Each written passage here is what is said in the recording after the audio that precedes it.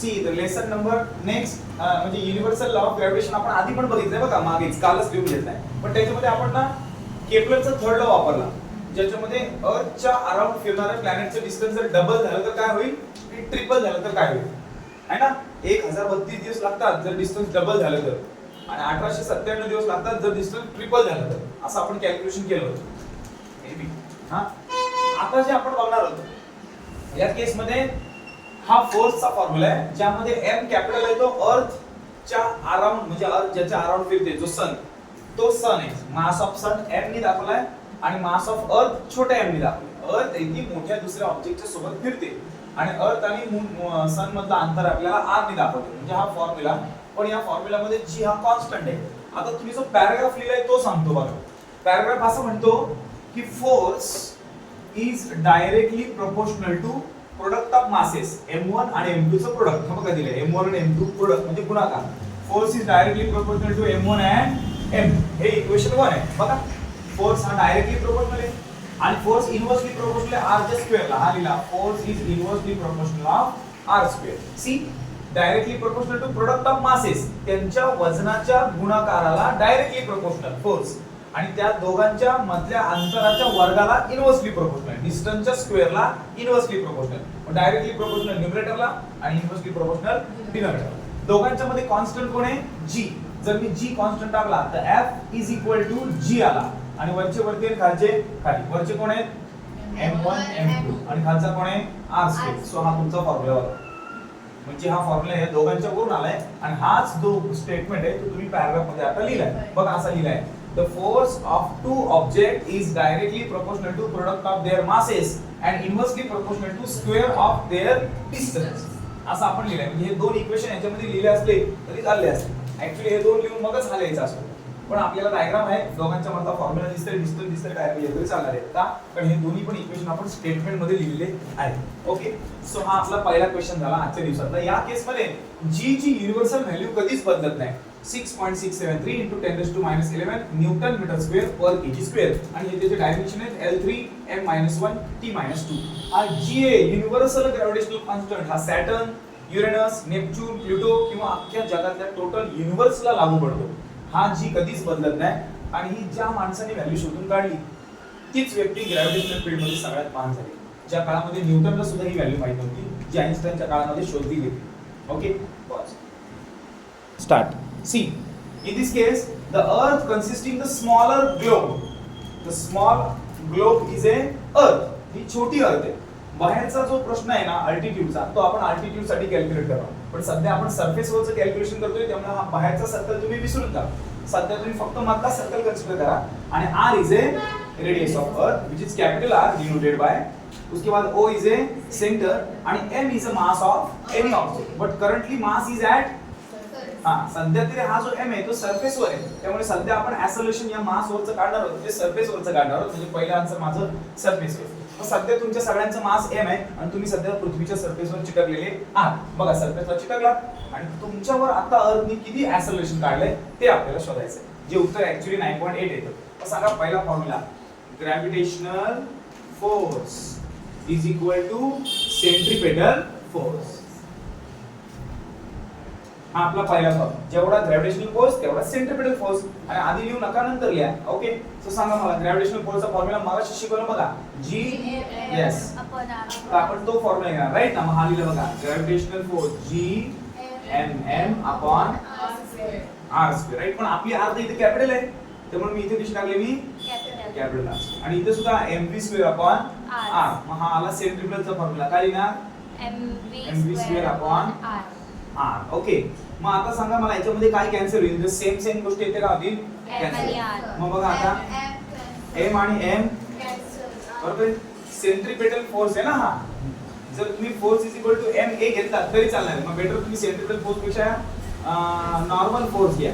सांगा नॉर्मल फोर्सचा फॉर्म्युला काय ma, आणि ma च्या ऐवजी तुम्ही काय लिहा mg. मग हा m आणि m कॅन्सल. उरलं काय सांगा मला, g is equal to Gm upon r square. Okay, हा तुमचा फॉर्म्युला आला g चा, आणि हे ग्रॅव्हिटेशनल ऍक्सेलरेशन कुठलं आहे, surface. Gm upon r square. हे तुमचं सरफेस वरचं ग्रॅव्हिटेशनल ऍक्सेलरेशन आलं. हे थोडंसंच आहे, एवढंच आहे, आपला सरफेसचा फॉर्म्युला इतकाच आहे. याच्यापेक्षा जास्त नाहीये. ओके, त्यामुळे हे आपलं पहिलं आन्सर आहे. Okay, pause. पहिली सुरुवात ऍट सरफेस. पहिला फॉर्म्युला कुठला लिहायचा? सरफेसचा, जो ऑलरेडी आपण लिहिलेला आहे, पण आपल्या उत्तरामध्ये मी तो पुन्हा लिहिणार. सांगा ग्रॅव्हिटेशनल ऍक्सेलरेशन ऍट सरफेस. किती उत्तर सांगा? gm/r². इक्वेशन 1. हे आपण पहिलं इक्वेशन 1 घ्यायचं सरफेस वरचं. आता मला सांगा आपण ऑब्जेक्ट किती उंचीवर नेलाय? हाईट. म्हणजे आता आपण जो नवीन फॉर्म्युला घेणार आहोत, नवीन हाईटचा आणि नवीन सरफेसचा, तो फॉर्म्युला लिहिताना आपण या r² च्या ऐवजी काय लिहिणार आहोत? r = r + h. म्हणजे मी या स्मॉल r चा स्क्वेअर लिहिणार आहे, कारण आता आपला छोटा ग्लोब राहिलेला नाही. आता आपला कुठला ग्लोब झालाय? मोठा. मग मोठ्याची रेडियस किती आहे? r. मग हाच फॉर्म्युला लिहायचा आपण. r छोटा न लिहिता कसा लिहायचा? हा मोठा न लिहिता कसा लिहायचा? छोटा. मग सांगा ऍट काय? अल्टिट्यूड. हा कसला होता? At surface. सरफेस. आणि हा कसला लिहायचा? अल्टिट्यूड किती आपला? r नाही, आपला किती अल्टिट्यूड? h. आणि या ठिकाणी नवीन रेडियस तयार झाले. सांगा रेडियस किती तयार झाले? r. त्याचा फॉर्म्युला काय आहे? r + h. मग आता मी हाच फॉर्म्युला लिहिणार. सांगा मग g ऍट अल्टिट्यूड. मग अल्टिट्यूड म्हणजे हाईट ना, म्हणून मी काय लिहिला? h. मग सांगा फॉर्म्युला gm/r². छोटा. आणि या r ची व्हॅल्यू आता मी इथे पुट करणार. मग सांगा काय फॉर्म्युला? मग gh = gm/r + h होल ब्रॅकेटचा स्क्वेअर. इक्वेशन नंबर किती आलं? 2. आता 2 नी 1 ला डिवाइड करायचं. 2 नी 1 ला काय करायचं? डिवाइड. मला काय? Divide equation 2 bye 1. 2 ला 1. मग पहिले 2 सांगा कोण आहे? gh. आपण हा कोण आहे? g. फक्त लिहिलं तरी चालेल ना, नुसता g लिहा. सरफेसचं काय लिहायची गरज नाही. सांगा मग हे टर्म काय? gm/r + h square divided by gm/r काय? Capital r square. लक्षात घ्या. हा पहिल्याचा हा आहे आणि दुसऱ्याचा हा इथे कॅपिटल r + h. सांगा काय कॅन्सल होईल? gm cancel. आणि मुलं चुकतात इथे बघा. हा डिनॉमिनेटर कुठे न्यायचा? न्यूमरेटरला. आणि हा डिनॉमिनेटर कुठे आणायचा? इकडे. हे डायव्हर्ट करायचं आणि फायनल आन्सर लिहायचं. सांगा मग काय?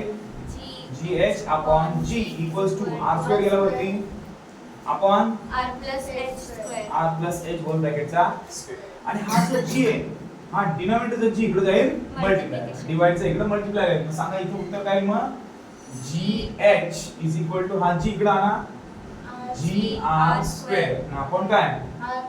r + h होल ब्रॅकेटचा स्क्वेअर. इथपर्यंत आलो आपण. आणि हे इतकं बेसिक आहे. या केस मध्ये असं सांगितलं जर acceleration due to gravity is decreasing or increasing altitude of the body of the surface, we can rewrite the statement by using another form. So आता या केस मध्ये आपण याला अजून स्प्लिट करणार आहोत आणि हा खूप डिटेल स्प्लिट करायचा आहे. ही गोष्ट तुम्हाला आता प्रॉपर सांगतो बघा. आता कसं आहे माहिती आहे का? हा डिनॉमिनेटर आहे त्यालाही स्क्वेअर आहे, वरचा न्यूमरेटर आहे त्यालाही स्क्वेअर आहे. आपण हा स्प्लिट करणार आहोत. पॉज करतो. हा इन दिस केस या डिनॉमिनेटर मध्ये इथे r आहे आणि इथे r नाही. मग इथे r आणण्यासाठी आपण या टर्मला फक्त सेकंड टर्मला r नी मल्टिप्लाय आणि डिवाइड करणार आहोत. r ला फक्त h ला का वरती पण r लावायचा आणि खाली पण आपण लिहायचं मल्टिप्लाइड बाय काय? r. मग सांगा gh जसाच्या तसा, gr² पण जशीच्या तशी. सांग साक्षी लिहू नकोस.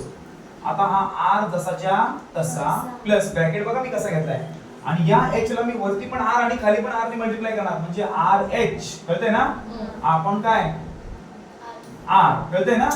वरती पण r लावला आणि खाली पण r लावला. h जसाच्या तसा वर आणि खाली फक्त r लावला आणि वर ब्रॅकेटचं काय आहे? स्क्वेअर. Okay done. ही स्टेप जरा कठीण आहे थोडीशी समजायला. आता मला सांगा या दोन टर्म मधून हा r कॉमन काढणार. याच्यातून r आणि r काय काढणार? मग r आणि r कॉमन काढेन पण r ला काय आहे? म्हणजे मी नुसता r कॉमन नाही काढू शकत. r चा स्क्वेअर कॉमन. कारण हा r आणि r दोघांच्यात कॉमन आहे. तुम्ही बाहेर काढेन पण बाहेर काढताना ब्रॅकेटच्या बाहेर येताना त्याचं काय राहील? हा मग सांगा काय? gh = gr² upon r². बाहेर r² आला. मला सांगा जर r² गेला मग इथं कोणच नाही राहिला म्हणजे कोण राहिला? 1. इथं लिहायचा 1 प्लस इथं कोण राहिला? फक्त h आणि खाली कोण राहिला? r. वरचे r कुठे गेले कळले? बाहेर गेले. हा आणि रेस्ट टू द पॉवर इथे किती आहे? 2. आता r² कॅन्सल. बघा किती विचित्र पद्धतीने आपण याच्यातून r² कॅन्सल करायचा होता. आपण मल्टिप्लाय डिवाइड करून जुगाड करून त्याला r² ला आणला. आता पुढे बघा काय करायचंय. gh वरती कोण राहिला? फक्त g आणि खाली कोण राहिला सांगा मग? 1 + h अपॉन r. आणि याचा काय केला? स्क्वेअर. आणि तुमच्या लक्षात यायला पाहिजे म्हणून हा जो डिनॉमिनेटरचा ब्रॅकेट आहे तो आता वरती जाणार न्यूमरेटरला.